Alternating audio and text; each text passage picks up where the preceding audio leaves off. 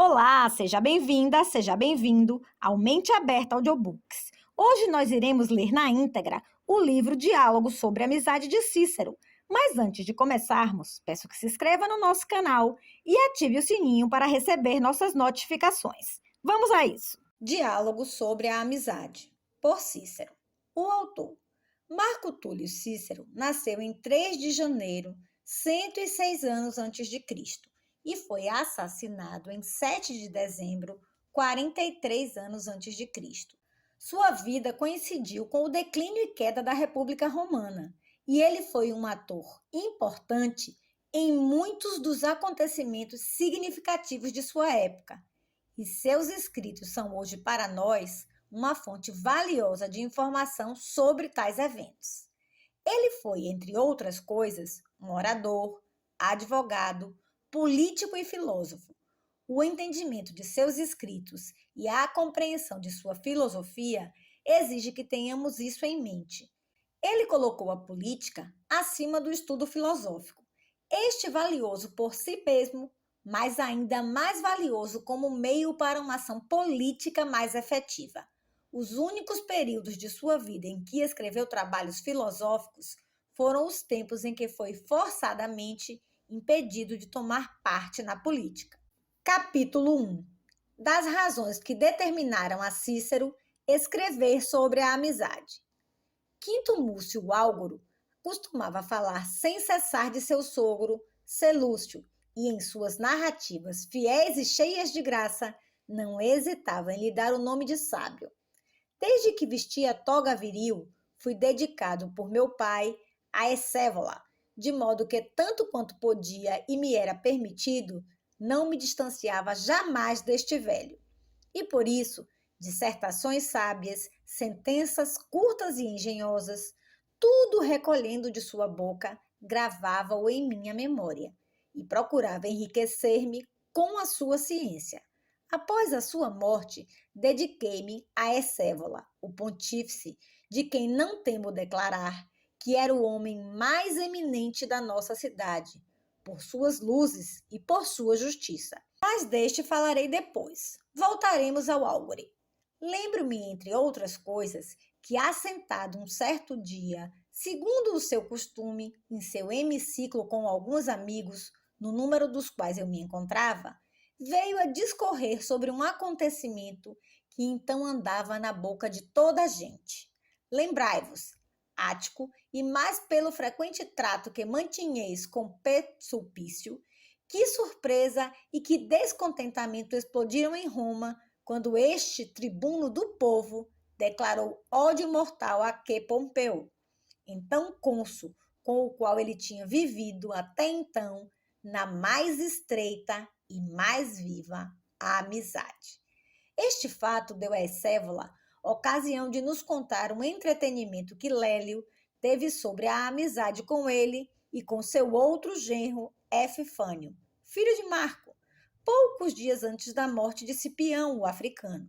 Retive os pensamentos em minha memória e os expus neste trabalho a meu modo. Fiz calar os personagens mesmos para não entrecortar continuamente o discurso com estas palavras. Eu disse e ele disse, e para que se possa crer na presença dos dois interlocutores.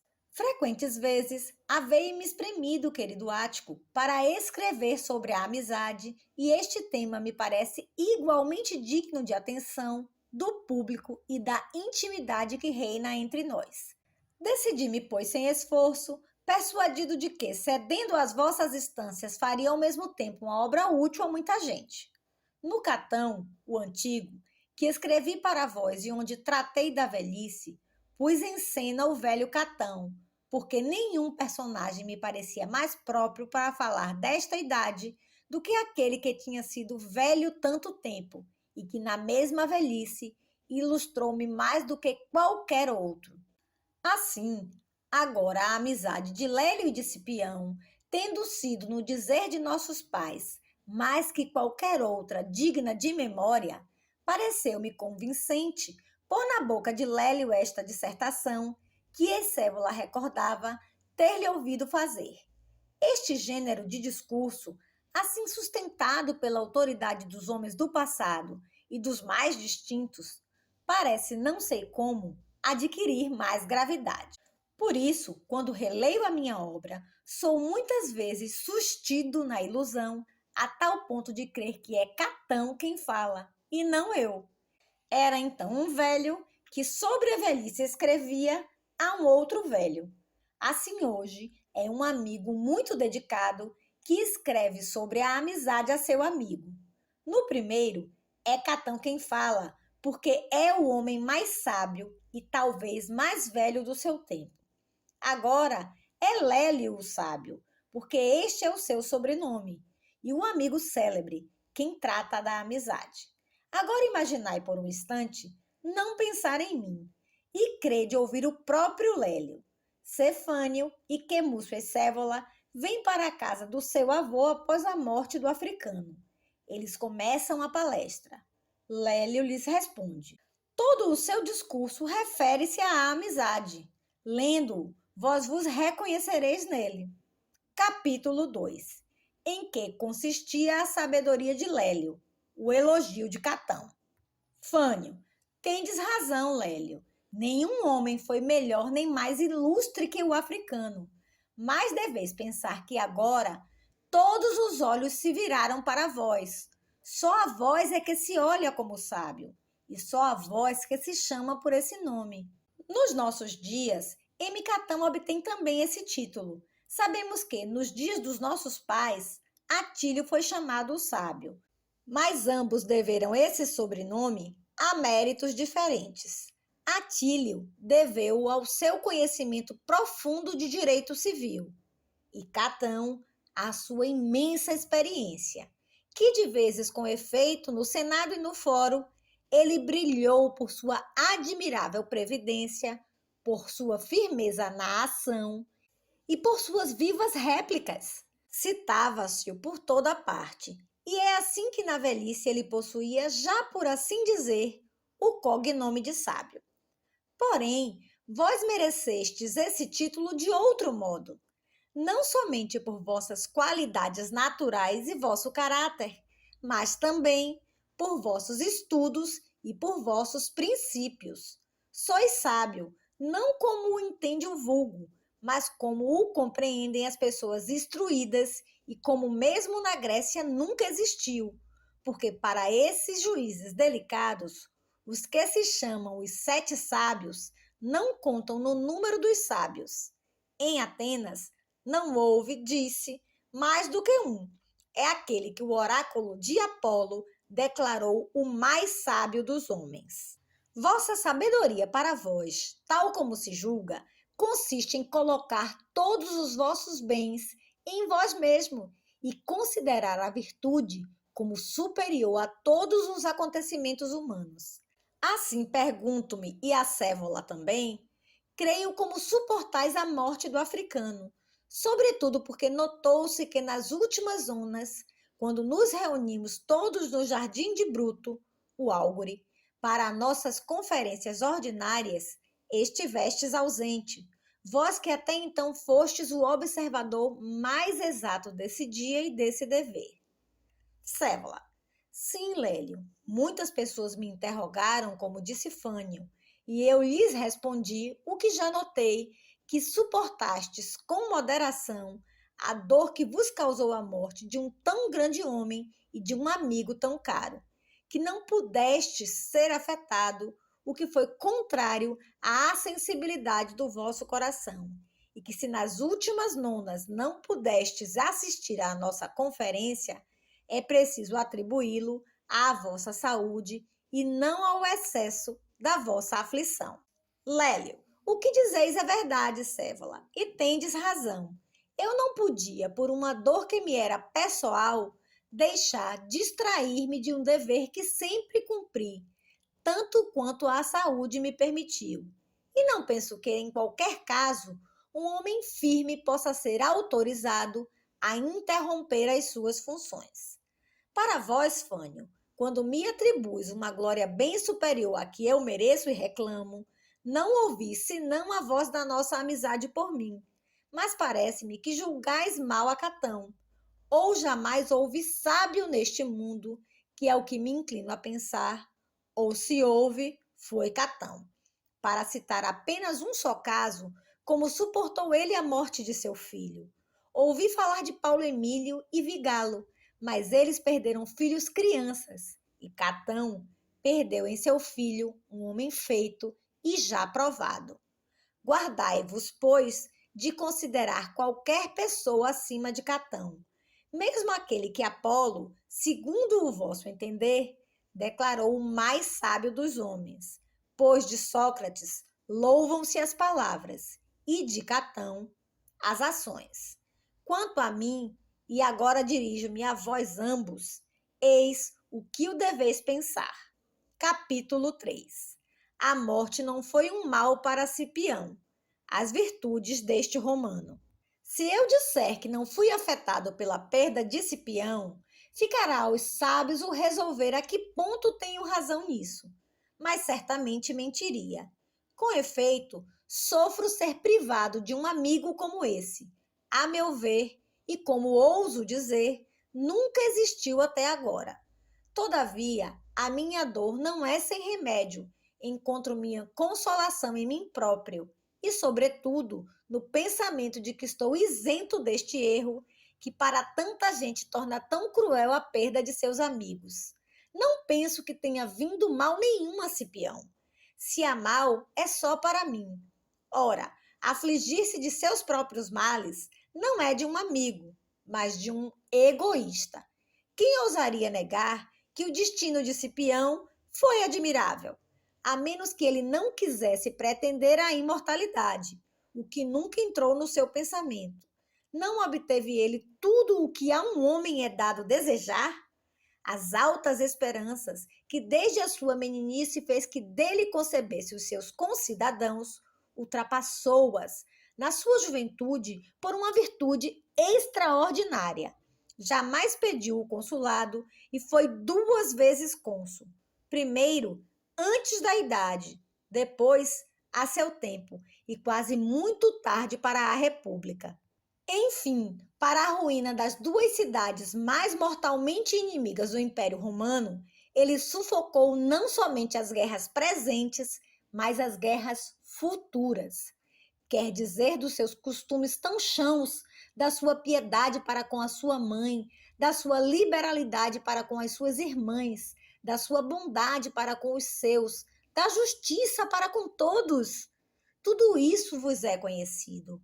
O dó dos seus funerais fez ver quanto era caro aos seus concidadãos. Que prazer, pois, podiam dar-lhe alguns anos a mais na sua existência? A velhice, com efeito, sem ser um fardo, como lembro-me que Catão o demonstrou a Cipião e a mim mesmo, um ano antes de morrer, a velhice nos devolve esse verdor de que Cipião gozava ainda.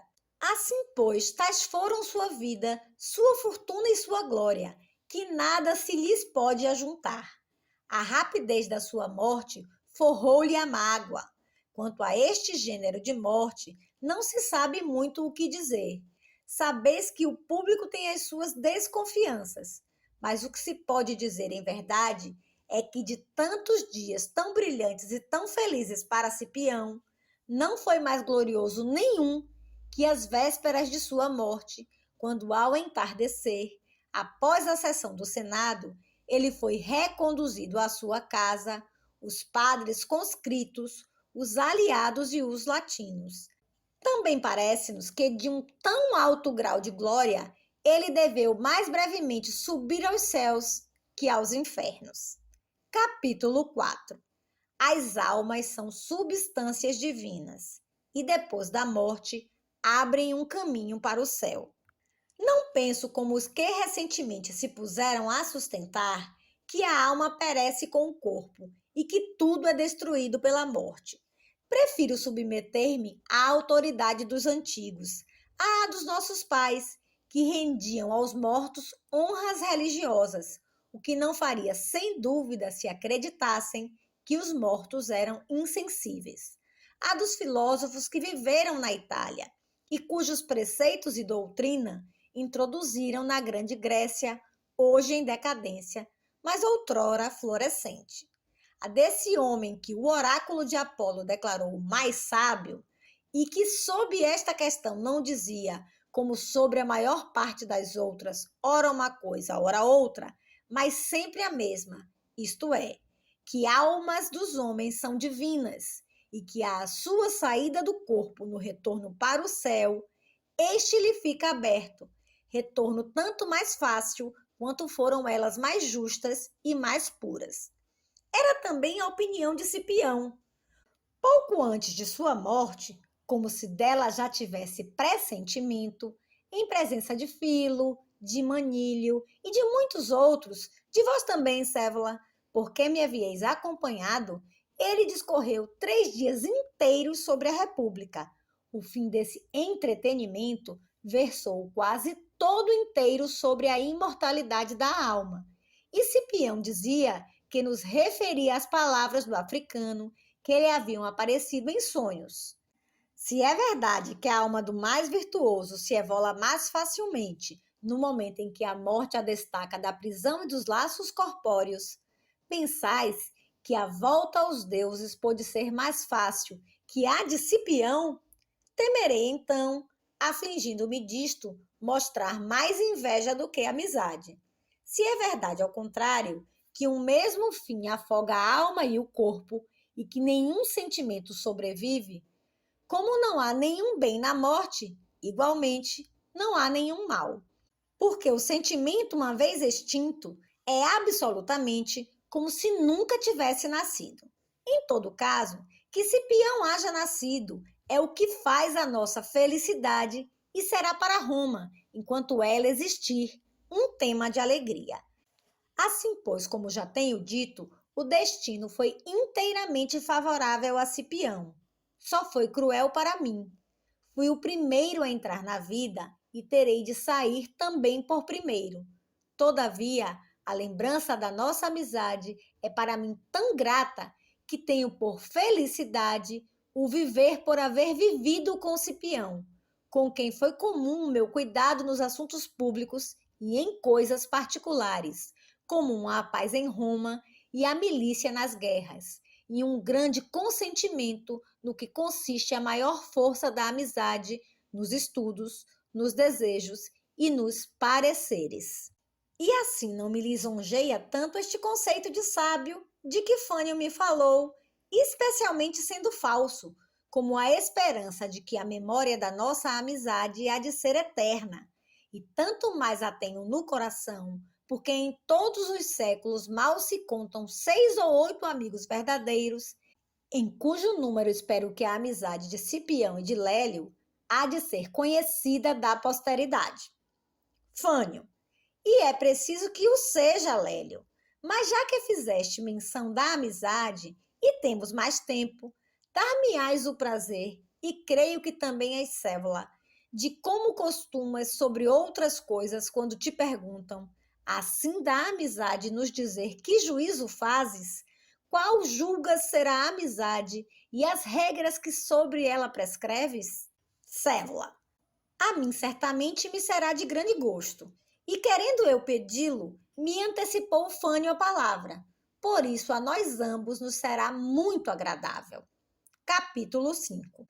Qual seja a força da amizade, não podendo encontrar-se senão entre os bons, os que merecem este título. Lélio, não teria dificuldade se tivesse confiança em minhas forças, porque é assunto que o merece, e estamos em ócio, como disse Fânio. Mas que homem sou eu? Ou que faculdade há em mim para isso? Este é o costume dos doutos, e em especial dos gregos, o propor-se-lhes do que dissertar, embora seja de sopetão. É tema importante e necessita não pequena prática. E assim, nos que estão acostumados a este gênero de discursos, julgo que deveis procurar o que se pode dizer sobre a amizade. Eu só posso aconselhar-vos a que a coloqueis sobre todas as conveniências da vida, porque nenhuma coisa tão conforme a natureza, nem tão a propósito para os casos favoráveis ou adversos. Mas, em primeiro lugar, Sou de parecer que não pode haver amizade senão entre homens de bem. E isto não vamos desfiar muito, como costumam fazer os que discorrem sobre sutilezas, que isso será a verdade, mas não é o que se encontra regularmente na vida humana. Dizem que não há homem de bem senão o sábio. Ora, seja assim, mas entendem-no uma sabedoria que nenhum homem conseguiu até agora. Havemos de olhar ao que por experiência se acha na vida comum e não o que existe só na ideia do desejo. Não me atreverei a dizer que foram sábios segundo essas regras C. Fabrício, M. Cúrio e T. Coruncano, a quem houveram por tais os nossos antepassados. E assim bom proveito lhes faça a sua fama de sábios, tão odiosa quão pouco inteligível, e conceda-se ao menos que esses foram homens de bem. Mas nem isso. Dirão que esta qualidade não se pode reconhecer senão a um sábio. Vamos nós ao mais corriqueiro, como se costuma dizer, e acreditemos que os que vivem e se portam de maneira que experimentam a sua fidelidade, sua integridade, sua bondade e liberalidade, que neles não se descobrem desejos, nem leviandades, nem atrevimentos, e que são como os que acabo de nomear de grande constância, como foram reputados por bons. Assim se lhes deve chamar, porque seguem, quanto é possível em homens, a natureza, que é a melhor mestra da vida. A mim me parece que todos nascemos com certo vínculo de sociedade, que a todos une, embora esta seja mais estreita na proporção da conexão de uns com outros. E assim, são melhores para amigos os cidadãos que os estrangeiros, os parentes que os estranhos, porque entre estes a amizade foi engendrada pela própria natureza, embora não seja de grande constância, pois nisto excede ao parentesco a amizade que nele dura, e permanece ainda sem amor. E a amizade, não, porque faltando o amor, se desfaz. Mas quão grande é a força da amizade, pode-se coligir de que uma infinita sociedade que compõe a natureza, compõe-na a amizade, e a contrai de sorte que une todo o amor em dois ou poucos mais indivíduos. Capítulo 6. Definição e excelência da amizade. A amizade é uma suma harmonia nas coisas divinas e humanas, com benevolência e amor. Dons tão grandes que não sei se os deuses concederam, exceto a sabedoria, outro maior aos mortais. Preferem uns as riquezas, outros a boa saúde, outros o poder, outros as honras e muitos os prazeres. Estes últimos são só muito próprios das bestas, e o outro caduco e perecível, dependente não do nosso arbítrio, mas da inconstante fortuna. E assim discorrem nobremente os que constituem o sumo bem na virtude, e esta mesma é a que engendra e mantém as amizades, de modo que sem ela não pode existir amizade de modo nenhum. Interpretemos, pois, a virtude como costumamos entendê-la pelo uso comum da vida, e não ameacemos como alguns doutos por certa magnificência de palavras. Contemos por bons aos que por tais são tidos, tais como os Paulos, os Catões, os Galos, os Cipiões, com os quais se contenta o comum da vida, e deixemos aqueles dos quais nos é impossível falar. Entre tais sujeitos, tem a amizade tantas conveniências quantas não saberei eu dizer. Porque, em primeiro lugar, como pode ser suportável, como diz Enio, a vida que não repousa na mútua benevolência de um amigo? Que coisa tão doce como ter um com quem falar de todo tão livremente como consigo mesmo! Seria, porventura, tão grande o fruto das prosperidades se não tivéssemos com quem delas se alegrasse, tanto quanto nós mesmos? E se poderiam sofrer as adversidades sem alguém que as sentisse ainda mais que aqueles mesmos que as experimentaram? Finalmente, tantas quantas coisas se apetecem, cada uma tem o seu uso particular. A riqueza para o uso, o poder para a veneração, as honras para o aplauso, os prazeres para o gozo, a saúde para não sentir dores e ser expedito nos exercícios corporais. A amizade abarca muitas coisas. Para qualquer parte que nos volvamos, a encontramos solícita. Em todos tem lugar. Nunca é impertinente, jamais molesta.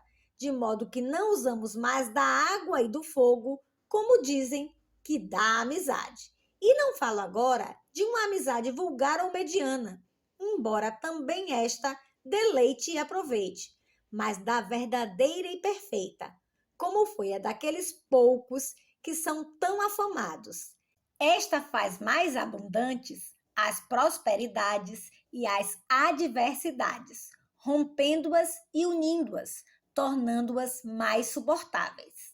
Capítulo 7. Vantagens que traz consigo a amizade. Mas, tirando-se tantos e tão grandes proveitos da amizade, o maior de todos é o que faz conceber belas esperanças para tudo que possa sobrevir, e não deixa que desfaleçam ou se acovardem os ânimos, porque o verdadeiro amigo vê o outro como uma imagem de si mesmo, e assim se fazem presentes ou ausentes, fartos ou necessitados, poderosos ou fracos, e o que é mais difícil de crer, vivos ou mortos. Tal é a honra, o desejo, a memória que sempre os acompanha dos seus amigos. Deste modo, a morte de uns parece ditosa e a vida dos outros dignas de louvor.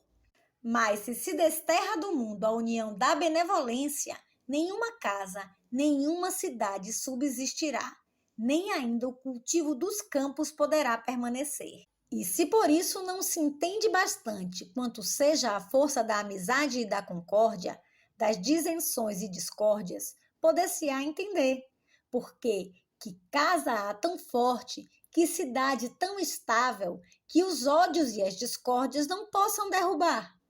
De onde se pode conhecer quão bem se encerra na amizade? De certo homem, douto agrigentino, conta-se haver deixado escrito em versos gregos que quantas coisas existem e se movem na máquina do universo, une-as e as contrai a amizade, e dissipa-as e as desfaz a discórdia. E esta é uma verdade geralmente conhecida e acreditada pela experiência. E assim, se em alguma vez interpôs um amigo os seus ofícios, e oferecendo-se ao perigo, ou a acompanhar o outro no perigo que se encontra, nenhum deixa de aplaudi-lo com os maiores louvores. Que gritos de aclamação não se moveram em todo o teatro com a nova fábula do meu hóspede e amigo M. Pacúvio, quando, ignorando o rei, qual dos dois era Orestes, Pilades dizia que era ele, para morrer em seu lugar, e Orestes assegurava mui deveras que ele é que era. Isto como se fosse certo. Aplaudindo os espectadores sendo fingido, então, que imaginaremos que fariam se fosse certo? Bem, mostrava sua inclinação à natureza, pois fazia parecer bem em outros o que talvez não poderiam neles fazer em caso semelhante. Até aqui, parece que vos declarei o meu sentir acerca da amizade. Se alguma coisa resta, bem creio que será muito, podeis perguntar, se vos parece, aos que falam sobre estes assuntos. Fânio, mas nós melhor o queremos saber de vós, embora outras vezes o perguntasse a esse que dizes e os escutasse não a contragosto. Porém, outra é a discussão que esperamos do teu discurso. Cévola, com mais razão o dirieis, Fânio, se te houveras achado em dias passados em casa de Cipião, quando se falou da República, que grande patrono se declarou, então, da justiça, contra um discurso muito estudado de Filo. Fânio, era coisa muito regular em um homem tão justo defender a justiça. Cévola, e da amizade? Não lhe será muito fácil quando por havê-la mantido com tanta justificação, fidelidade e constância, mereceu tanta glória? Lélio, isto já é forçar a alguém, porque que importa que haja razão para obrigar-me? Em verdade, forçais-me, porque os desejos dos genros, particularmente em um assunto por si tão honesto, é difícil e também não é justo resistir-se. Capítulo 8. Origem da amizade. Muitas vezes, pois, quando paro a pensar na amizade, parece-me digno da maior consideração se introduziu por fraqueza e necessidade, de sorte de que, por recíprocos ofícios, receba um do outro o que não alcança por si mesmo e o devolva mutuamente, ou se era isto próprio e consequentemente da amizade. Porém, sua origem mais antiga, mais honesta e mais filha da natureza. Porque o amor, que deu nome à amizade, é o principal motivo de conciliar-se à benevolência, pois as utilidades se costumam experimentar também daqueles a quem se trata e respeita pelas circunstâncias do tempo. Porém, na amizade nada é fingido, nada dissimulado. Tudo quanto nela há é verdadeiro e tudo provém da vontade. E assim mais me parece que a amizade é filha da natureza do que da necessidade, e mais da aplicação da alma com certo sentido de amar que do pensamento das utilidades que poderá trazer. Como isto seja, é fácil de notar em alguns animais que de tal sorte amam e são amados de seus filhos, até certo tempo que manifestam bem o seu sentido. Isso nos homens é mais evidente. Primeiro, por aquele amor que há entre pais e filhos, que não pode romper-se senão por uma horrível maldade. Segundo, quando resulta igual inclinação para amar. Se encontramos alguém com quem se harmonize a índole e os nossos costumes, porque nele parece que olhamos como em um espelho certo resplendor de bondade e de virtude. Pois não há coisa mais amável que a virtude, nem que mais concilie o amor dos homens, pelo qual amamos também, em certo modo, ainda os que nunca vimos. Quem se recordará sem uma espécie de carinho e benevolência de Hemicúrio e G. Fabrício, a quem jamais se viu? Ao contrário, a Tarquínio, o soberbo, e aos espúrios Cássio e Mélio, quem poderá lhes pronunciar o nome sem aborrecimento? Na Itália, pelejou-se sobre o império com dois generais, Pirro e Aníbal. Com um, por sua bondade, não está muito rancoroso o nosso ânimo. Porém, o outro, por sua crueldade, o aborrecerá sempre esta cidade. Capítulo 9. A amizade tira a sua origem da natureza e da necessidade. Já que é tão grande a força da bondade, que a amamos ainda naqueles indivíduos que nunca vimos, e o que mais é nos próprios inimigos, que muitos que se movam os ânimos dos homens quando lhes parece que conhecem bondade e virtude em outros com quem podem tratar familiarmente. Verdade é que se confirma o amor recebendo benefícios, experimentando a vontade e acrescido o trato.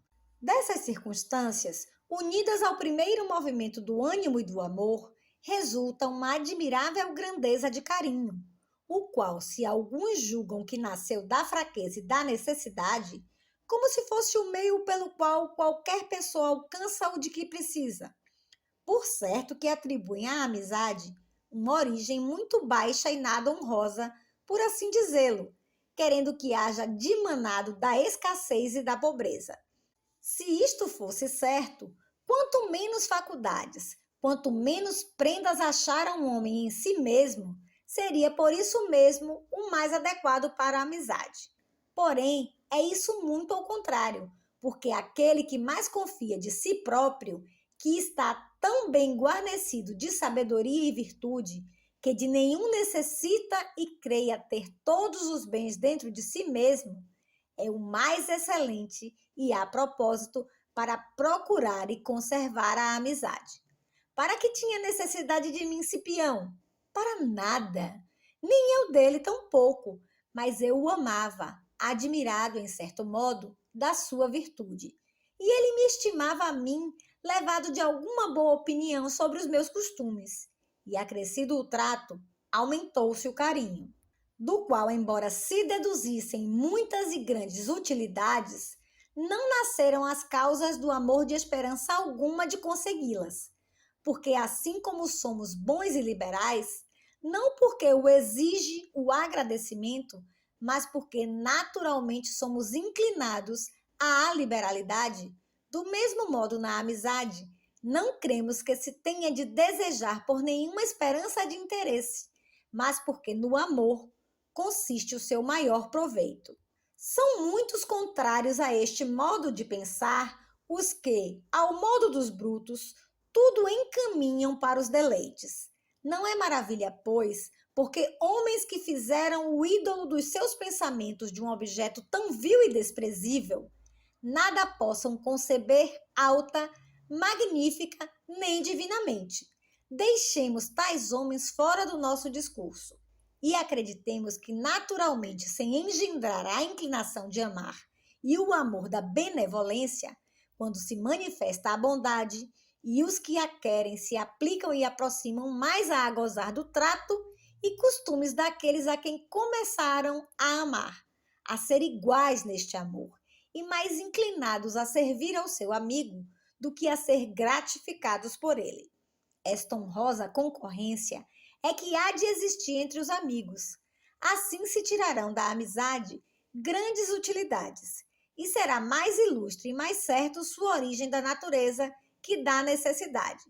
Porque se fosse o interesse que unisse as amizades, quando viesse a faltar, desfalazia. Mas, porque não se pode trocar a natureza, por isso são eternas as verdadeiras amizades. E fica explicado com isto a origem da amizade, se não quereis outra coisa. Fânio, prossegue, Lélio, que eu, como de maior idade, tenho o direito de pedi-lo pelos dois. Sévola, dizes bem, Fânio, e assim ouçamos. Capítulo 10. A amizade está exposta a muitos perigos. Lélio, houve, pois, varões esclarecidos, o que muitas vezes discorríamos Cipião e eu a respeito da amizade. Ele assegurava não haver coisa mais difícil do que durar uma amizade até os últimos dias de uma vida. Porque sucede frequentemente ou que uma mesma coisa não convém aos dois amigos, ou que não sejam de um mesmo parecer acerca da República. E também porque costumam mudar os costumes dos homens, já pelas adversidades, já pela maioridade. Disso estabelece-se semelhança com a infância, pois os mais vivos amores costumam largá-los às crianças juntamente com os trajes da puerícia. E se os levam mais para adiante, costumam se desfazer, ou por aspirarem ambos o mesmo casamento, ou por qualquer outro proveito que os dois ao mesmo tempo não podem conseguir. E ainda quando estejam mais adiantados na amizade, chega esta a faltar, se pretendem ambos o mesmo emprego honorífico, pois nenhum mal há maior nas amizades que a cobiça do dinheiro em muitos e nos melhores, a competência em pontos de honra e de glória. Por estes motivos, se originam muitas vezes inimizades muito grandes entre os maiores amigos. Dizia também que nasce grave aborrecimento e queixa, embora justa algumas vezes, quando se pretende dos dois amigos algo que não seja justo, como se sejam dominadores de suas paixões ou os coadjuvem a alguma injúria, pois os que recusam, embora com razão, são tidos por quebradores dos direitos da amizade, pelos outros com quem não quiseram condescender. E os que se atrevem a pedir qualquer coisa aos amigos, manifestam nisto mesmo que nada duvidariam fazer por eles. E por último que, por queixas destes, não só costumam acabar-se amizades muito antigas, mas também engendrar-se ódios graves e sempiternos. Estes e outros muitos, como fados das amizades, dizia Cipião, estão sempre ameaçando. de modo que o evitá-los a todos não só lhe parecia prudência, senão que o tinha por grande fortuna. Capítulo 11. O que podem licitamente pedir e conceder os amigos. Vejamos antes de mais nada, se vos parece, até onde deve atender-se o amor na amizade. Diremos porventura que se Coriolano teve amigos, deveria tomar com ele as armas contra a sua pátria? Queremos que os de Espúlio, Melo e Vicerino estavam obrigados a lhes dar favor e ajuda em seus ambiciosos desejos pelo império. A fé que, quando molestava a República, Tibério Graco desamparou Quetuberon e os outros amigos seus iguais, estando já assistindo no conselho aos cônsules Lenato e Repúlio, veio a suplicar-me Caio Blósio Cumano, hóspede de vossa família Cévola, e me dava por desculpa para que o perdoasse. Estimava tanto a Tibério Graco que lhe carecia que devia fazer quanto fosse a sua vontade. Então lhe disse eu: e se fosse sua vontade que incendiasses o Capitólio? Jamais respondeu, houvera ele querido tal coisa. E se o houvesse querido? Eu o haveria obedecido. Estás vendo que resposta malvada? E em verdade que assim o fez, e ainda mais do que disse, porque não só obedeceu à loucura de Graco, senão que foi o executor e não foi tão somente companheiro do seu furor, mas cabeça de todos. E assim, com esta loucura, amedrontado do novo inquérito que se movia contra ele, se passou aos inimigos, fugiu para a Ásia, onde pagou à República as justas e merecidas penas. De modo que o haver pecado por servir ao amigo não é escusa, porque, como seja a opinião de virtude a que concilia as amizades, é sumamente difícil que a amizade permaneça apartando-se da virtude. E se nos propusermos por justo conceder aos amigos tudo o que quiserem e conseguir deles quanto pretendermos, necessário é que seja perfeita a nossa sabedoria, se tal condescendência não leva consigo algum defeito. Falo daqueles amigos que estão diante dos nossos olhos, a quem vemos, de quem temos notícia e que comumente se acham na vida. Do número destes, temos de tirar exemplos e principalmente daqueles que se aproximam mais da sabedoria. Vimos que Paulo Emílio e Caio Lucínio, que eram, segundo ouvimos dizer, muito amigos, foram 2 vezes companheiros no consulado e outras 2 depois na censura. Também temos notícia que Emigio e Tecoruncano foram muito amigos destes, sendo-o também entre si, dos quais nem ainda por suspeita podemos crer que um pedisse a outro coisa contrária à fé, ao juramento e à república. Nem se pode tal dizer de homens como aqueles. Embora o houvesse pretendido com muitas instâncias, sei muito bem que não o houvera conseguido, sendo eles varões tão justificados. Assim cremos que é tão mal fazer coisa semelhante ainda rogados, como o rogá-lo. Porém, a Tibério Graco seguiam naquele tempo Secarbon e Secatão, porém não seu irmão Caio. Então, dos mais temperados, e agora o seu mais acérrimo defensor. Capítulo 12. Deve-se romper com os amigos que atentam contra a pátria. Estabeleçamos, pois, como lei primeira da amizade, não pedir nem conceder nada de vergonhoso.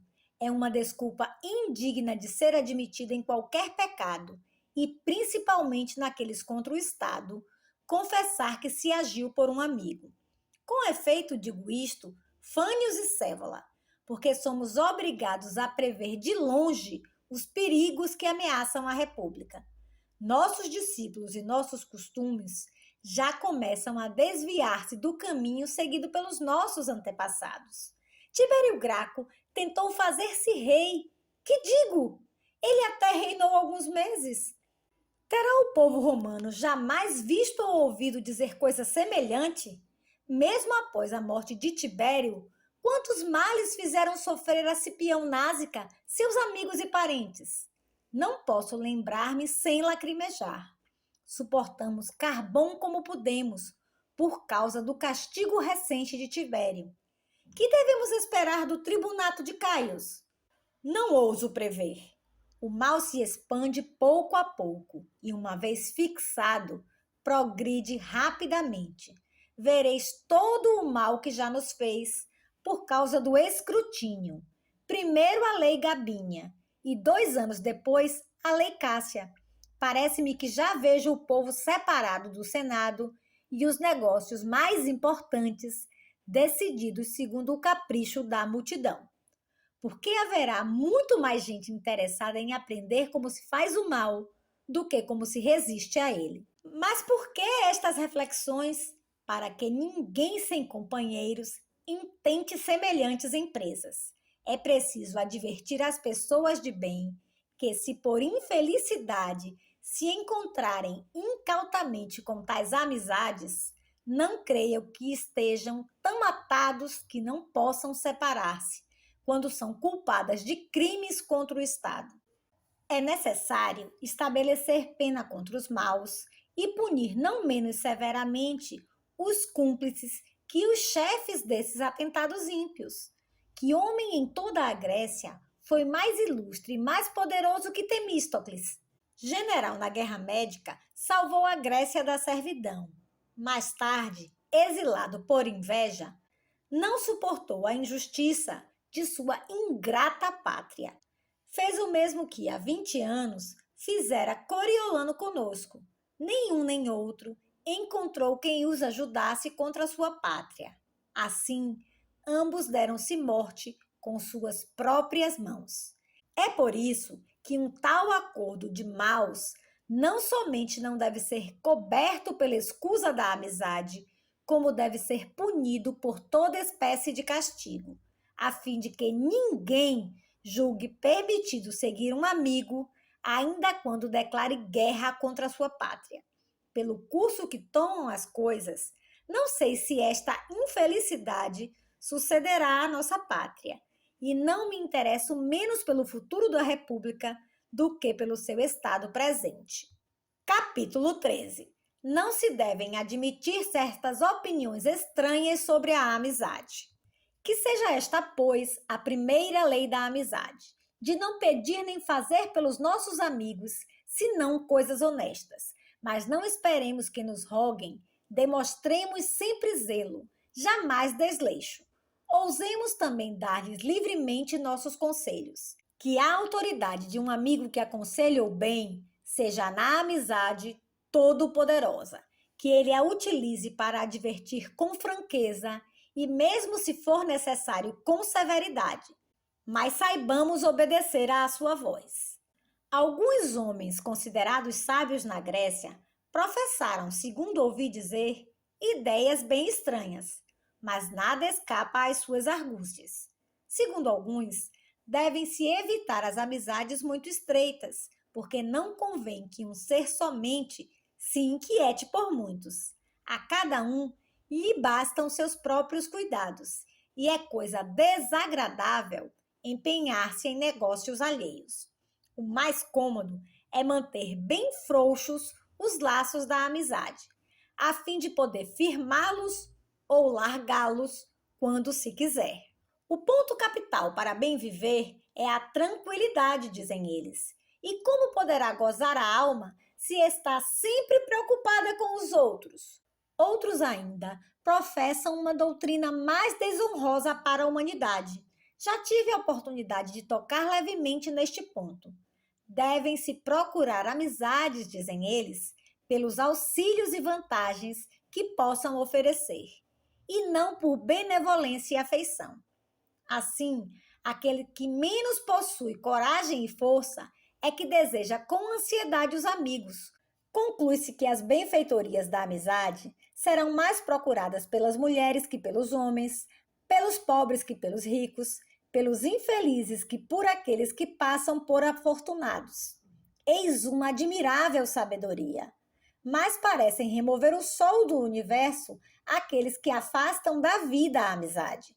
este dom, o melhor e o mais agradável que nos ofereceram os deuses imortais. Afinal, que é esta tranquilidade?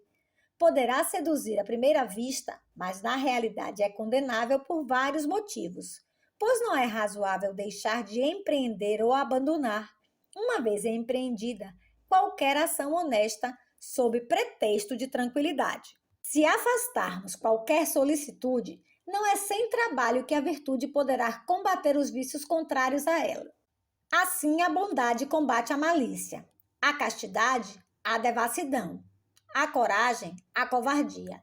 Assim veremos a injustiça afligir, sobretudo, o homem justo, a covardia, o homem corajoso, os desregramentos, o sábio.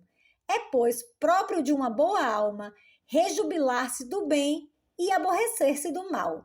Se a alma do sábio é por vezes exposta à dor, pois para não sê-lo é necessário que seja despojada de todo e qualquer sentimento de humanidade, por que banir inteiramente da vida o sentimento de amizade na crença de não sofrermos por isso nenhuma tristeza? Se suprimirdes as emoções do coração, que diferença haverá depois? Já não digo entre o homem e o selvagem, mas entre o homem e uma pedra, um tronco de árvore ou algum outro objeto desse gênero. Abandonemos, pois, esses homens desejosos de que a virtude seja intratável e dura como o ferro. Em amizade, como em mil outras circunstâncias, ela é eterna e humana. A felicidade de um amigo dilata um coração virtuoso, assim como o contrai uma desventura. Não renunciaremos à amizade unicamente pelos aborrecimentos que possam advir de nossos amigos, assim como não renunciamos à virtude pelas inquietações e angústias que a acompanham. Capítulo 14. As amizades nascem da semelhança de costumes. Sendo a virtude, como disse acima, que concilia as amizades, quando pelos seus primeiros clarões a simpatia aproxima e une as almas, surge daí necessariamente o amor. Com efeito, que há de mais absurdo que comprazer-se com outras coisas vãs, como são as honras, a glória, a casa, as roupas e o adorno, e não gozar a posse de um coração virtuoso que pode amar-nos e, por assim dizer, corresponder ao nosso amor? Porque nada mais doce do que esta troca de carinhos e esta reciprocidade de zelo e de afeto. Bem mais, se acrescentarmos o que é bem possível, que de todas as seduções, de todas as atrações, a mais poderosa é a semelhança de almas, que convida à amizade, consideremos sem dúvida que os bons se amam e se procuram entre si, como se fossem unidos por parentesco e pela natureza. Pois nada existe que procure mais seus semelhantes e que mais força tenha para atraí-los do que a natureza. Assim, é a meu ver constante, Fânios e Céfala, que entre as pessoas de bem existe necessariamente a afeição e que lá está o princípio da amizade indicado pela natureza. Porém, esta mesma afeição se estende a todos os homens, porque não é inumana a virtude, nem exclusiva, nem desdenhosa. De todos cuida, pois vemo-la defender a povos inteiros, velar pela sua felicidade, o que não faria certamente se desdenhasse do carinhoso afeto da gente vulgar. Parece-me também que aqueles que almejam somente o interesse na amizade afastam dela o seu mais doce vínculo. O que nos agrada não é a utilidade oferecida pelo nosso amigo, mas sim o carinho desse amigo, e tudo o que nos for oferecido por ele nos será agradável, contanto que transpareça a dedicação. Tão longe está que seja a indigência que cultiva as amizades, que justamente aqueles que, pelas suas riquezas, pelo seu crédito e, sobretudo, pelas suas virtudes, a mais segura das garantias, têm menos necessidade dos outros, são os mais generosos e benfeitores. Não sei se será bom que os nossos amigos não necessitem de nós. Como poderia mostrar meu zelo por Cipião se ele não procurasse meus conselhos e meus serviços, seja na paz ou na guerra? Nossa amizade não nasceu, pois, da utilidade, mas a utilidade a seguiu. Capítulo 15. Não há bem mais apreciável que a amizade. A fortuna de muitos a exclui às vezes. Não devemos ouvir esses homens perdidos de voluptuosidade, se alguma vez vierem a falar sobre a amizade, pois eles não a conhecem, nem por regras, nem pela experiência.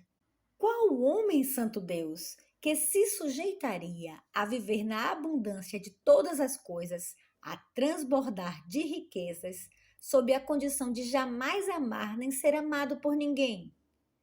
Tal é a vida dos tiranos, na qual não pode haver segurança nem carinho, nem confiança, numa afeição durável, onde tudo é inquietação e dúvida, onde nem há lugar para a amizade. Como querer a quem tem medo ou a quem se julga inspirar temor? Cortejam-se, entretanto, os tiranos, mas hipocritamente e por pouco tempo. Se tombam, o que acontece quase sempre, então se verifica quão pobres eram de amigos. Tarquínio, segundo contam, dizia que o exílio lhe havia ensinado a distinguir os bons dos falsos amigos, quando já não podia agradecer nem a uns nem a outros. Duvido, no entretanto, que este homem, soberbo e insolente como era, pudesse ter tido um só amigo. Mas se o caráter daquele que acabo de mencionar o impediu de adquirir um verdadeiro amigo, muitas vezes também as fortunas de homens poderosos afastam os fiéis amigos. Porque não somente a fortuna é cega, mas muitas vezes ela torna cegos aqueles a quem favorece. Tomam-se quase todos de arrogância e desdém, e nada é mais insuportável do que um asno protegido pela fortuna. É muito comum encontrarmos homens que, vindos da simplicidade, transformam-se pelas honras, poderes e prosperidade, desprezam os antigos e adquirem novos amigos. Mas que loucura desses homens que, no cúmulo das riquezas, do crédito, da fortuna, procuram tudo o que se pode obter com dinheiro: cavalos, escravos, roupas luxuosas, vasos preciosos, e esquecem de procurar amigos, o melhor e, se me permitem dizer, o mais lindo móvel da vida. Quando fazem provisão dos outros bens, saberão para quem estão juntando, para quem trabalham? Todos esses bens pertencem àquele que possui mais força. Somente a posse de um amigo é certa e durável. E mesmo quando conservássemos o gozo desses dons da riqueza, a vida sem a amizade nos pareceria inculta, deserta e desnudada de toda a alegria. Mas basta sobre este assunto. Capítulo 16. Quais são os limites da amizade? 3 opiniões a respeito. Determinemos agora quais são os limites e, por assim dizer, os termos da amizade. Encontro aqui 3 opiniões diferentes, das quais não aprovo nenhuma. A primeira deseja que sejamos para os nossos amigos, assim como somos para nós mesmos. A segunda, que a nossa afeição por eles seja tal e qual a que eles têm por nós. A terceira, que estimemos nossos amigos, assim como eles se estimam a si mesmos. Não posso concordar com nenhuma destas 3 máximas, porque a primeira, que cada um tenha para com seu amigo a mesma afeição e vontade que tem para si, é falsa. De fato, quantas coisas fazemos por nossos amigos que jamais faríamos por nós? Rogar, suplicar a um homem que se despreza, tratar a outro com aspereza, persegui-lo com violência.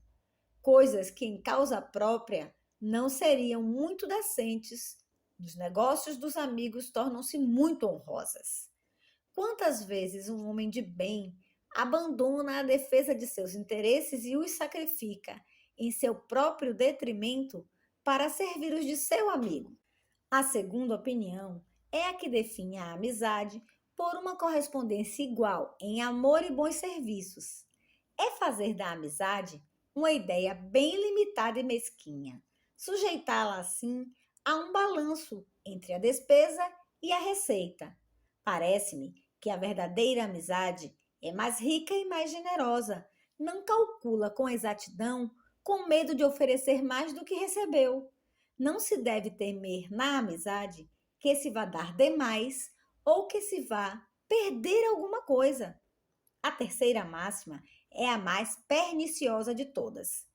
Quer que se estime ao amigo tanto quanto ele se estima a si mesmo. Mas há bom número de pessoas cuja alma tímida e desalentada não ousa aspirar a uma melhor sorte. Serão então os amigos obrigados a pensar como eles? Não deverão, ao contrário, esforçarem-se por encorajá-los, sugerindo esperanças e doces pensamentos? É necessário, portanto, prescrever outros limites para a amizade. Antes de tudo, porém, quero lembrar outra sentença que Cipião repelia com indignação. Jamais, dizia ele, se poderia encontrar uma frase mais hostil do que esta para a amizade. Amai como se um dia devesseis odiar. Não podia persuadir-se, seguindo a opinião comum, como estas palavras tinham sido de Biás, colocado entre os 7 sábios. A atribuía antes a algum homem corrompido, a um vil ambicioso que só tratasse de seus interesses. De que maneira podemos ser amigo de quem poderá ser nosso inimigo? Deveríamos desejar, então, que esse amigo fizesse o maior número de faltas possível, a fim de dar maior valor às nossas repreensões. Bem mais, as belas ações, seus sucessos, tornar-se-iam motivo de tristeza, de aflição, de ciúme. Tal máxima, qualquer que seja o autor, serve somente para destruir a amizade. Seria melhor recomendar cuidado na escolha de nossos amigos, para que não começássemos a amar alguém que devêssemos odiar mais tarde. Cipião ia mais além ainda. Sustentava que, se tivéssemos feito uma escolha infeliz, deveríamos antes suportá-la com resignação do que pensar no tempo da inimizade. Capítulo 17. Sinais para conhecer os bons amigos. Coisas que se opõem ou fazem romper as amizades. Eis aqui os limites nos quais creio poder encerrar a amizade.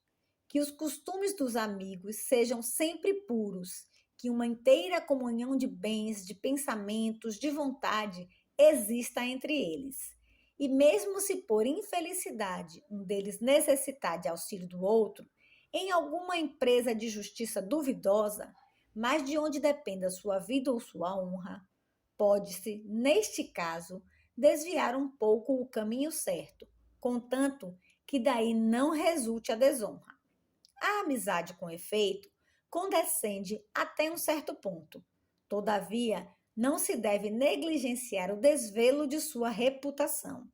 A estima pública não é um medíocre instrumento de sucesso para a gestão de negócios, e é vergonhoso obtê-la por condescendências e adulações.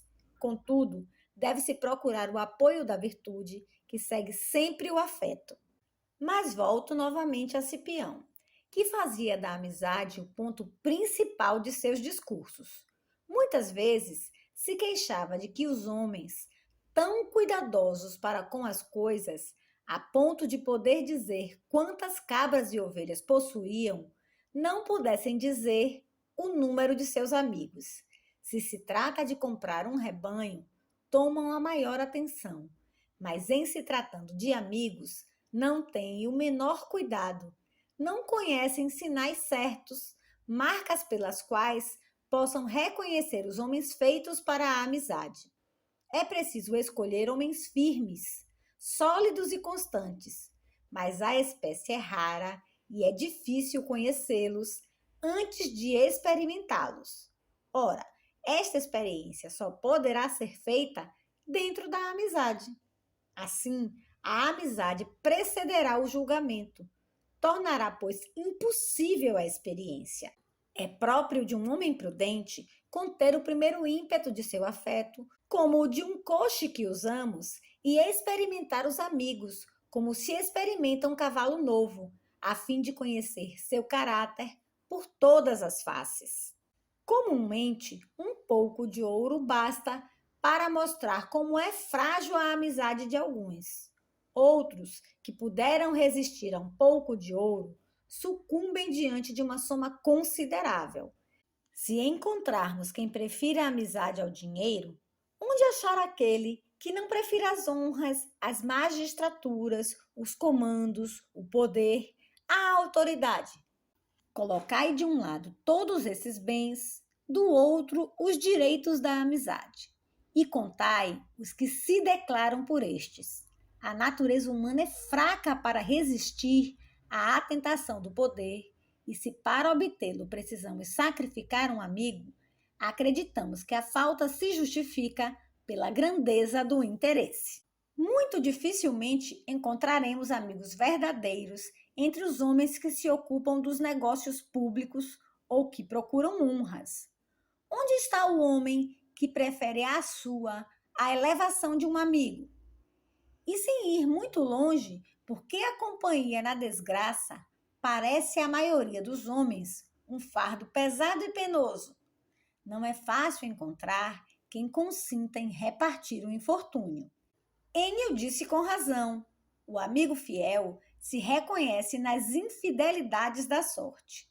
Entretanto, duas coisas acusam a fraqueza e a leviandade de quase todos os homens: a arrogância na prosperidade e o abandono da infelicidade.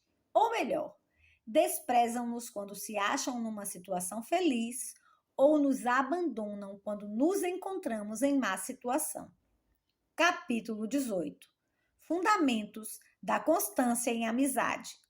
Aquele que numa e noutra sorte se mostrou firme, constante e inflexível deve ser considerado raro e quase divino. O fundamento desta estabilidade e desta constância que procuramos na amizade é a confiança. Sem ela, nada é estável.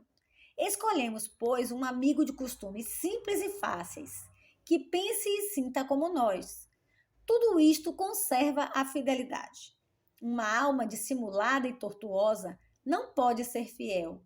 Aquele que não tem o mesmo gosto, nem os mesmos sentimentos nossos, não pode ser um amigo certo e constante. Acrescentemos ainda que um amigo não deve forjar nem ouvir com satisfação acusações contra seu amigo. Tudo isso faz parte dessa constância sobre a qual insisto há muito tempo. Assim fica provado o princípio exposto anteriormente, de que a amizade não pode existir senão entre as pessoas de bem, porque o homem de bem, poderemos também chamá-lo sábio, sabe observar somente estas duas regras na amizade: nada disfarçar ou dissimular, porque é mais nobre odiar abertamente do que ocultar seu pensamento sob um semblante enganador. A segunda, repudiar as acusações imputadas contra seu amigo, sem ficar suspeitoso, desconfiado e sempre pronto a crer que o amigo faltou em alguma coisa. Juntemos a tudo isto uma certa amenidade de linguagem e de costumes. É o mais doce condimento da amizade. Uma austeridade rígida, uma contínua severidade pode ser, de certo modo, digno, mas a amizade deve ser mais indulgente, mais franca e mais doce. É mais inclinada para a cortesia e a afabilidade. Capítulo 19. Que lugar deve ter os amigos antigos? A amizade exclui toda distinção entre eles. Apresenta-se aqui uma questão embaraçosa. Se devemos algumas vezes preferir os amigos novos dignos de amizade aos velhos amigos, assim como preferimos aos velhos os cavalos novos, dúvida indigna de um homem, porque a amizade não pode dar lugar ao fastio, à saciedade, como acontece com outras coisas. As amizades antigas são, como esses vinhos velhos, doces e agradáveis, e é verdadeiro o dito comum de que, para serem perfeitos amigos, é necessário que tenham comido juntos muitos alqueires de sal. Não se deve, porém, desprezar as amizades novas, se dão esperanças e prenunciam, como as boas árvores, frutos felizes.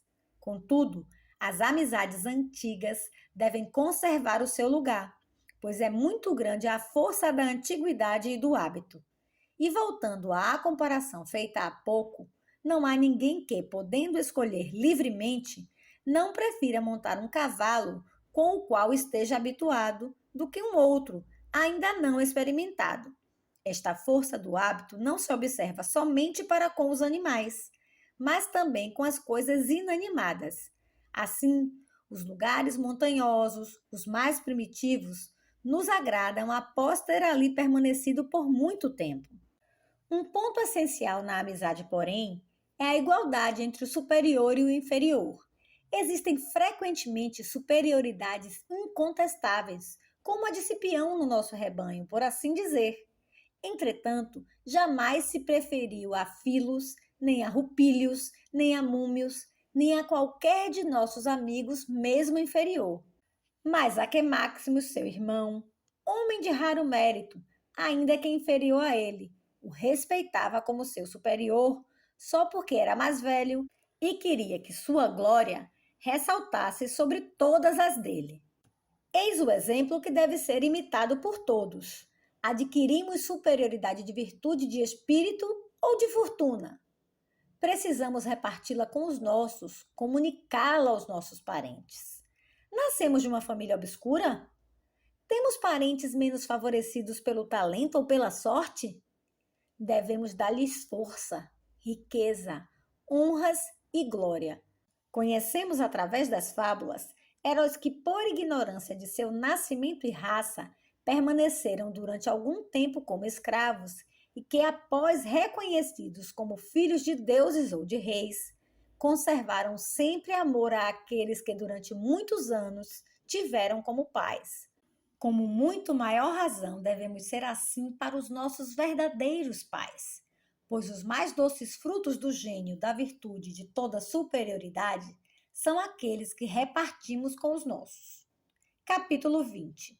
Vários preceitos sobre a amizade. Assim como, no trato íntimo da amizade, os superiores devem igualar-se aos inferiores, assim, os inferiores não se devem preocupar de ver-se sobrepujados pelos amigos em gênio, riqueza e dignidade. Estes últimos, entretanto, sempre encontram razão de queixa e até de censura, principalmente se podem fazer alarde de algum serviço prestado e no qual demonstraram sua dedicação e zelo.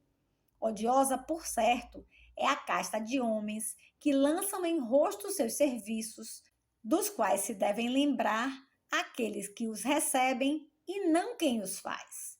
Não basta, porém, na amizade, que os superiores se diminuam. É preciso que elevem, por assim dizer, os inferiores à sua altura.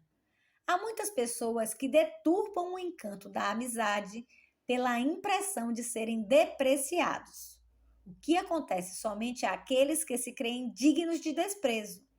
Precisamos curá-los desta apreensão com o auxílio de palavras e, sobretudo, de ações. Devemos servir ao amigo primeiramente segundo nossa faculdade e, em seguida, conforme a capacidade daquele a quem se quer servir. Tivesseis todo o poder do mundo, não poderias colocar todos os vossos amigos nos lugares mais distinguidos. Cipião, por exemplo, pôde fazer cônsul a Perrupílios. Não fez o mesmo, porém, com seu irmão Lúcio.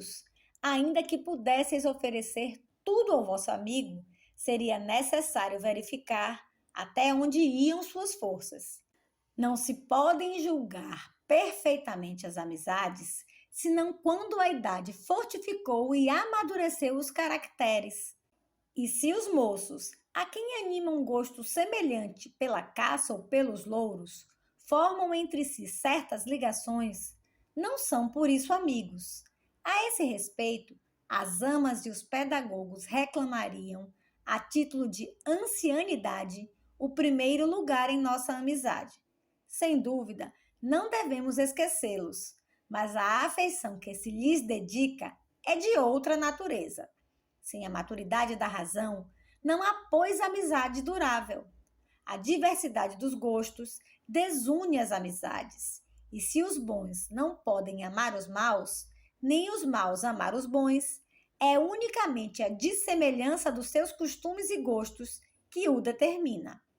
Vem também a propósito a recomendação de não prejudicar, por uma espécie de intemperança e de afeição, aos interesses mais caros de seus amigos, porque é um defeito muito ordinário. Assim, para citar ainda a fábula, Neoptoleme não teria podido tomar Troia se tivesse escutado Licomede, na casa do qual ele havia sido educado e que, lacrimoso, se opunha à sua partida. Muitas vezes se apresentam graves circunstâncias em que é preciso se separar dos amigos. Querer se opor a isso por dificuldade em suportar os aborrecimentos da ausência é mostrar uma alma tíbia, fraca e, por isso mesmo, injusta na amizade. Em todas as coisas é preciso considerar o que podeis pedir a vosso amigo e o que podeis conceder-lhe. Capítulo 21. Deve-se agir dignamente quando se rompem as amizades, que é a amizade natural. Sucede também, como por calamidade, que algumas vezes é necessário romper uma amizade, porque passo agora das amizades dos sábios às ligações vulgares. Muitas vezes, quando vícios se revelam num homem, seus amigos são suas vítimas, como todos os outros. Contudo, é sobre eles que recai a vergonha. É preciso, pois, se desligar de tais amizades, afrouxando o laço pouco a pouco, e, como ouvi dizer a Catão, é necessário descoser antes que despedaçar, a menos que se não haja produzido um escândalo de tal modo intolerável que não fosse nem justo nem honesto, nem mesmo possível deixar de romper imediatamente. Mas se o caráter e os gostos vierem a mudar, o que acontece muitas vezes, se algum dissentimento político separar dois amigos, não falo mais, repito, das amizades dos sábios, mas das afeições vulgares. É preciso tomar cuidado em desfazendo a amizade, não a substituir logo pelo ódio.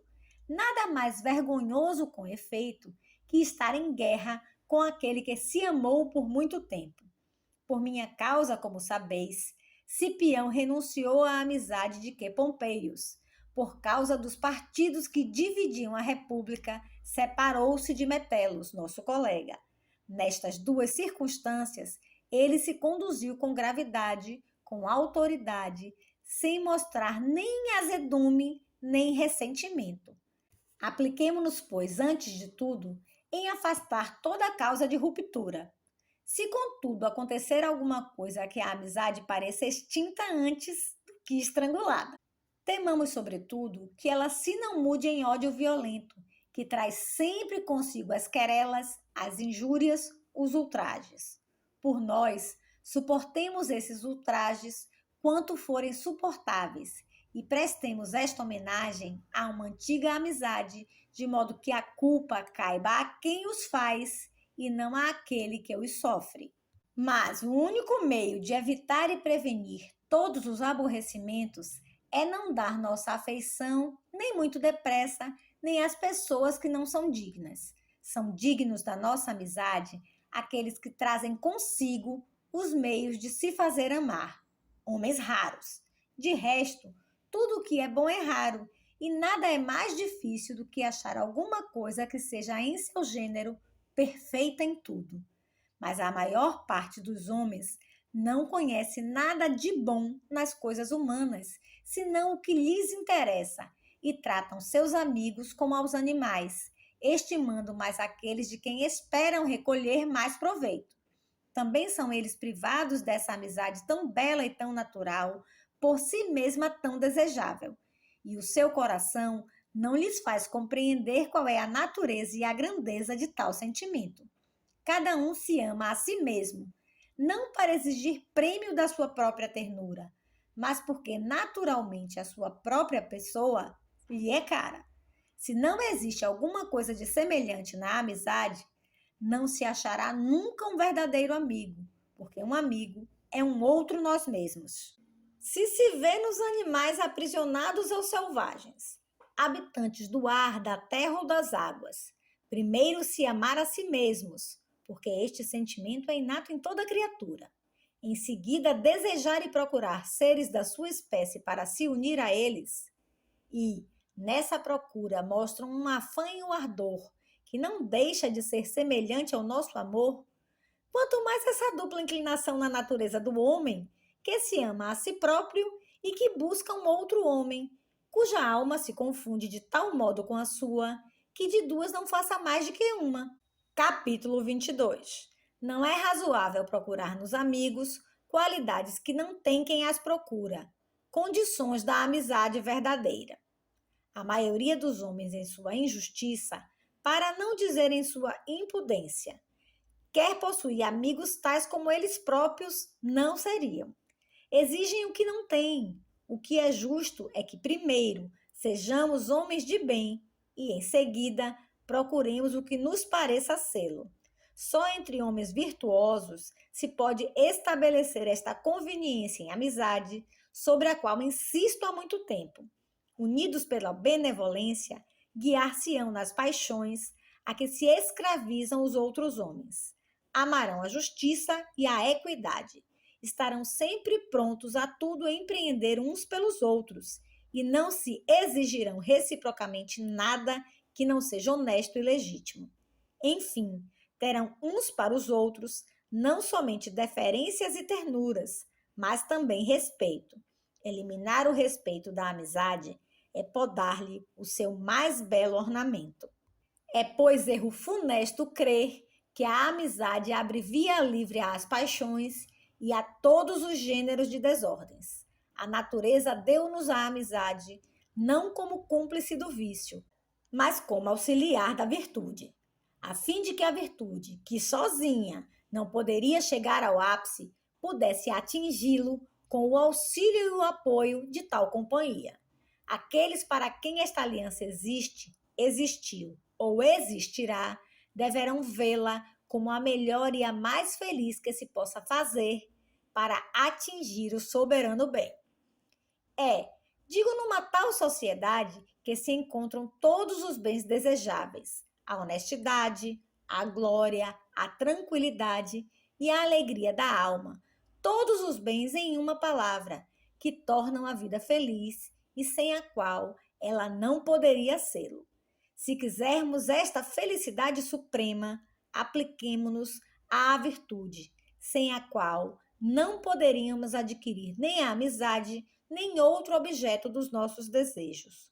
Os que a negligenciam e que, todavia, imaginam ter amigos, reconhecerão afinal o seu erro, quando, nas horas adversas, forem forçados a experimentá-los. Assim, não será demais insistir. É preciso conhecer antes de amar, e não amar antes de conhecer. A negligência, funesta em tantas circunstâncias, é o sobretudo na escolha e no comércio dos amigos. As reflexões vêm sempre muito tardiamente, e como diz o antigo provérbio, o que está feito, feito está. Ligue-se de qualquer maneira, seja por um comércio diário, seja mesmo por serviços, depois, repentinamente, a menor ofensa, a amizade se quebra a meio do caminho. Capítulo 23. Todos convêm nas vantagens da amizade. Não se pode vituperar muito o descuido num negócio tão importante. Neste mundo, a amizade é a única coisa cuja utilidade é unanimemente reconhecida. A própria virtude tem muitos detratores que a acusam de ostentação e charlatanismo. Muitos desprezam as riquezas e, contentes de pouco, agradam-se da mediocridade. As honras, à procura da qual se matam tanto as pessoas, quantos outros as desdenham até olhá-las com o que há de mais fútil e de mais frívolo. E assim, quanto ao mais, o que a uns parece admirável, ao juízo doutros, nada é. Mas quanto à amizade, toda a gente está de acordo. Os que se ocupam dos negócios públicos, os que se apaixonam pelo estudo e pelas indagações sapientes, e os que, longe do bulício, limitam os seus cuidados aos seus interesses privados. Todos, enfim, aqueles mesmos que se entregaram todos inteiros aos prazeres, declaram que a vida nada é sem a amizade, por pouco que queiram reservar a sua para algum sentimento honorável. Ela se insinua com efeito, não sei como, no coração de todos os homens, e não se admite que, sem ela, possa passar nenhuma condição da vida. Bem mais, se é um homem de natureza selvagem, muito feroz para odiar seus semelhantes e fugir do seu contato, como fazia, disse não sei mais que Timon de Atenas. É preciso ainda que este homem procure um confidente no seio do qual possa verter o seu veneno e o seu ódio. A necessidade da amizade será ainda mais evidente se ele pudesse admitir que um Deus nos tirasse do seio da sociedade para nos colocar numa solidão profunda, onde, fornecendo-nos em abundância tudo o que a natureza nos pode propinar, nos subtraísse ao mesmo passo a esperança e os meios de ver jamais qualquer face humana. Qual é a alma de ferro que suportaria uma tal existência e a quem a solidão não tornaria insípidos todos os gozos? Assim tenho por verdadeiras as palavras de Arquitas de Taranto, que entendi recordar a velhos que as ouviram eles próprios de seus pais. Se alguém subir ao céu e de lá contemplar a beleza do universo e dos astros, todas essas maravilhas deixá-lo-ão indiferente, enquanto que o embasbacarão de surpresa se tiver de contá-las a alguém. Assim, a natureza do homem se recusa à solidão e parece sempre procurar um apoio, e não o há mais doce que o coração de um terno amigo. Capítulo 24. Entre amigos se há de dizer e se há de dar ouvidos à verdade. Mas quando esta mesma natureza nos declara por tantos sinais o que ela quer, o que procura e o que deseja, não sei como sucede que fechemos as orelhas e não queiramos escutar as suas advertências. A amizade penetra nos menores detalhes de nossa vida, o que toma frequentes as ocasiões de ofensas e melindres. O sábio deve evitá-las, destruí-las ou suportá-las quando necessário for. A única ocasião em que não devemos deixar de ofender um amigo é quando se trata de lhe dizer a verdade e de lhe provar assim a nossa fidelidade, porque não devemos deixar de sobreavisar os nossos amigos, ainda quando se trate de reprimendá-los. E nós mesmos devemos levar isto em boa vontade, quando tais reprimendas são ditadas pelo bem-querer. Todavia, sou forçado a confessá-lo, como disse o nosso Terêncio no seu Adriana. A benevolência gera a amizade, a verdade, o ódio. Sem dúvida, a verdade é molesta, se produz o ódio, este veneno da amizade. Mas a magnanimidade é o ainda mais, porque para a indulgência culpável, pelas faltas de um amigo, ela deixa-o precipitar-se em suas ruínas. Mas a falta mais grave é a que despreza a verdade e se deixa conduzir ao mal pela adulação. Este ponto reclama toda a nossa vigilância e atenção. Afastemos o ácido das nossas advertências, a injúria dos nossos reproches, que a nossa complacência, sirvo-me voluntário da expressão de Terêncio, seja farta de urbanidade, mas longe da nossa baixa adulação, este auxiliar indigno de um amigo e mesmo de um homem livre. Lembremos-nos que se vive com um amigo diferentemente de como se vive com um tirano. Quanto àquele cujos ouvidos se fecharam à verdade ao ponto de não entender mesmo a boca do amigo, é preciso desesperar da sua salvação. Conhece-se a frase de Catão, que, entre outras, ficou proverbial. A amargura dos nossos inimigos serve-nos bem mais que a doçura dos nossos amigos. Aqueles que nos dizem quase sempre a verdade, este jamais. O que lhe é de desarrazoado é que os amigos que se advertem não se encolerizem do que deve causar-lhes pena, e o façam, ao contrário, do que deve não lhes causar nenhuma. Em lugar de se encolerizar de haver mal agido, eles o são de ser repreendidos, enquanto que, ao contrário, eles se deveriam afligir da falta e alegrar-se da censura. Capítulo 25. Não há coisa mais prejudicial na amizade que a adulação. Pois que é próprio da verdadeira amizade dar e receber conselhos, dá-los com franqueza e sem azedume, recebê-los com paciência e sem repugnância. Persuadamo-nos bem de que não há defeito maior na amizade que a lisonja, a adulação, as baixas complacências. Com efeito, não se poderia dar bastantes nomes aos vícios desses homens frívolos e enganadores, que falam sempre para agradar e jamais para dizer a verdade. A dissimulação é funesta em todas as coisas, pois corrompe e altera em nós o sentimento da verdade, mas é, sobretudo, contrária à amizade. Destrói a sinceridade sem a qual não subsiste mesmo o próprio nome da amizade. Se a força da amizade consiste em fazer de várias almas uma só, como seria assim se em cada homem a alma não é a mesma, não é constante, mas variável, mutável, tomando 1000 formas? De fato, que há de mais mutável, de mais versátil que a alma daquele que se transforma, não apenas segundo o sentimento e a vontade de um outro, mas a um pequeno sinal deste, a um mínimo gesto seu? Ele diz não, eu digo não.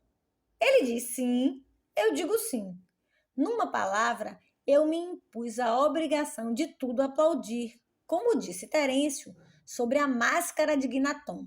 Seria inconcebível leviandade ter relações com gente desta espécie. Mas encontram-se muitos gnatões mais possantes pela linha, pela fortuna e pelo crédito, e tanto mais perigosos são estes lisonjeadores, pois a sua autoridade faz pesar as suas lisonjas mentirosas. Entretanto, com atenção, pode-se distinguir o verdadeiro amigo do lisonjeador tão facilmente quanto se distinguem as coisas fantasiadas e artificiais das que são naturais e verdadeiras. Uma assembleia pública, composta de multidão ignorante, sabe reconhecer a diferença que existe entre o homem frívolo, adulador do povo, e o homem grave, constante e severo, que de carícias cepapírios prodigalizava outrora a Assembleia Popular, como ele procurava insinuar-se nos espíritos para fazer passar a lei sobre a reeleição dos tribunos. Eu, entretanto, combatia a sua proposta. Mas não falemos de mim, mas gostosamente falarei de Cipião. Deuses imortais! Que gravidade, que majestade no seu discurso! Como se reconhecia nele o chefe do povo romano e não apenas um simples cidadão. Mas vós estáveis presentes e tendes o seu discurso entre as mãos. Esta lei também, apesar de popular que era, foi rejeitada pelos sufrágios do povo. Para voltar a mim, vós vos lembrais da lei sobre a eleição dos pontífices, lei que Celicínios Crassus queria fazer passar durante o consulado de Máximos, irmão de Cipião, e de Lemancinus.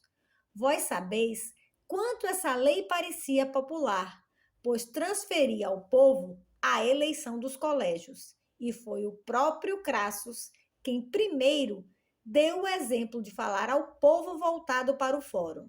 Entretanto, a religião dos deuses, por nós defendida, facilmente superou os artifícios da sua eloquência. Isto se passou quando eu era pretor, 5 anos antes de ser cônsul. Assim, o triunfo da causa foi devido menos à autoridade do autor que à força da verdade. Capítulo 26. Precaução para com os aduladores. Várias espécies de adulação.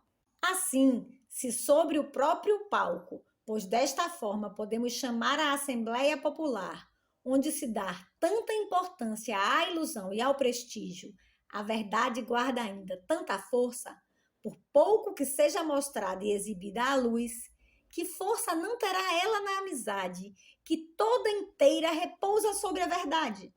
Na amizade, onde se deve de parte a parte agir como se diz, de coração nas mãos, sob pena de perder toda a segurança e toda a confiança, onde não se pode amar ou ser amado, desde que se converse qualquer dúvida sobre o amigo. Confessemos, entretanto, esta lisonja de que há pouco eu falava. Apesar de perniciosa, só prejudica aquele que a recebe e que com ela se compraz. Também ninguém recebe mais voluntariamente a lisonja que aquele que a si mesmo se lisonjeia com a maior complacência. Sem dúvida, a virtude se estima bastante, pois ela se conhece perfeitamente e sabe quanto é amável. Também eu já não falo da virtude, mas da reputação de virtude, pois de fato muita gente existe que timbra mais em parecer virtuoso do que em sê-lo. Estes amam a lisonja. Quando se lhes dirigem palavras de louvor, do alto da sua vaidade, eles tomam essas frases mentirosas por um brilhante testemunho dos seus méritos. Não há, portanto, amizade entre dois homens dos quais um não quer ouvir a verdade e o outro está sempre disposto a mentir. Nas próprias comédias, as lisonjas dos parasitas não nos pareceriam tão interessantes se não fossem dirigidas a soldados fanfarrões. Thaís, segundo me dizes, me agradece 1000 vezes? Seria suficiente responder-lhe sim, muitas vezes. Mas o lisonjeador diz 1 milhão de vezes, exagerando tudo, à vontade daquele que o escuta. Estas doçuras fingidas só podem seduzir o que as procuram e as provocam. Entretanto, deve-se recomendar aos homens graves e sérios que se resguardem contra lisonjas mais bem feitas. Um lisonjeador que não procura se esconder só engana aos bobos. É preciso que se desconfie dos que, mais espertos, se escondem aos olhares para mais secretamente se insinuarem no vosso espírito. Nem sempre é fácil reconhecê-lo, que muitas vezes ele contradiz para melhor aprovar, e para mais seguramente lisonjeá-la, ele combate a vossa opinião, até por fim entregar as armas e confessar-se vencido, deixando ao antagonista a honra de um vão triunfo. Que de mais vergonhoso existe que o ser assim enganado? Guardemo-nos de que digam de nós como no Epícleros. Hoje ludibriastes brilhantemente todos esses velhotes idiotas de comédia. Pois até nas peças de teatro, os velhotes crédulos e imprevidentes fazem sempre um papel muito ridículo. Mas eu não sei como das amizades dos homens perfeitos, isto é, dos sábios, falando dessa sabedoria que a natureza comporta, nossa palestra desceu às amizades vulgares e superficiais. Voltemos às primeiras e terminemos afinal este discurso. Capítulo 27. A virtude concilia e mantém as amizades. Utilidades e deleites da amizade com Cipião. A virtude, eu vos repito, Fânios e a vós, Sévola. A virtude, eis o que forma as amizades e as conserva. Nela se encontra a harmonia, a estabilidade, a constância. Logo que ela se mostra e faz brilhar a sua luz, logo que ela percebe e reconhece em alguém esta mesma luz, imediatamente se aproxima e os clarões se confundem, e nessa chama comum as almas se inflamam de amor e de amizade. São estes dois sentimentos, duas maneiras de amar. Amar é querer aquele que se ama, sem cálculo e sem interesse. Entretanto, a utilidade é um fruto que se colhe na amizade, bem que não se procure. É com tais sentimentos que, na minha juventude, amei todos esses velhos ilustres. L. Paulus, M. Catão, C. Galos, P. Nasica, Tibigracus, sogro do nosso querido Cipião. Mas a amizade brilha com fulgor mais vivo entre gente da mesma idade, como entre Cipião, L. Fúrios, P. Rupílios, S.P. Múmios e eu. Agora que sou velho, por minha vez descanso na amizade dos rapazes, na vossa, por exemplo, e na de Que Tubarão. Agrada-me ainda a sociedade de Perrutílios, apesar da sua extrema juventude, e a de A. Virgínios, sendo esta a lei da natureza e a regra da nossa vida. Se uma geração deve ser substituída por outra geração, o que há de mais desejável é passar toda a vida com aqueles da sua idade, e servindo-me desta imagem, após ter entrado juntos no caminho, juntos chegar à curva extrema. Mas como as coisas humanas são frágeis e mortais, precisamos procurar sempre amigos que nos queiram e a quem queiramos. Tirai da vida o querer bem e a afeição. Tirareis tudo o que nela existe de encanto.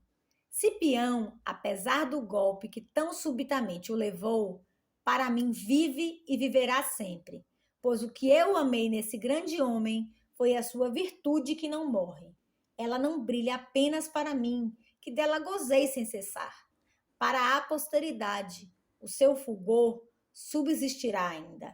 Ninguém formará jamais grandes desígnios ou grandes esperanças sem se lembrar do nome de Cipião e sem ter a sua imagem diante dos olhos. De todos os bens que eu recebi da fortuna ou da natureza, nenhum existe comparável à amizade de Cipião. Nela encontrei eco perfeito sobre as coisas públicas, conselhos excelentes para os meus interesses particulares e um repouso cheio de encantos. Jamais que eu saiba, eu o ofendi na mínima coisa. Jamais dele ouvi aquilo que não queria ouvir. Nós tínhamos a mesma casa, o mesmo alimento, a mesma mesa, na guerra, em viagem, no campo. Estávamos sempre juntos. Devo falar do nosso ardor em aprender sem qualquer coisa de novo, desses estudos nos quais, longe dos olhares públicos, passamos todos os momentos de descanso? Se todas essas lembranças tivessem morrido com Cipião, ser-me-ia completamente impossível suportar a perda de um amigo tão terno e tão caro. Mas elas não morreram. Ao contrário, eu as aumento e nutro todos os dias nelas pensando. Entretanto, se delas eu estivesse completamente privado, encontraria uma grande consolação na minha idade, que não me permite longos sofrimentos. Todo o mal que dura pouco, por mais violento que seja, pode ser suportado. Eis o que eu tinha a dizer-vos sobre a amizade. Eu vos exorto ainda a estimar tão altamente a virtude, sem a qual a amizade não existe, pois que fora dela não encontrareis nada de mais excelente do que a amizade.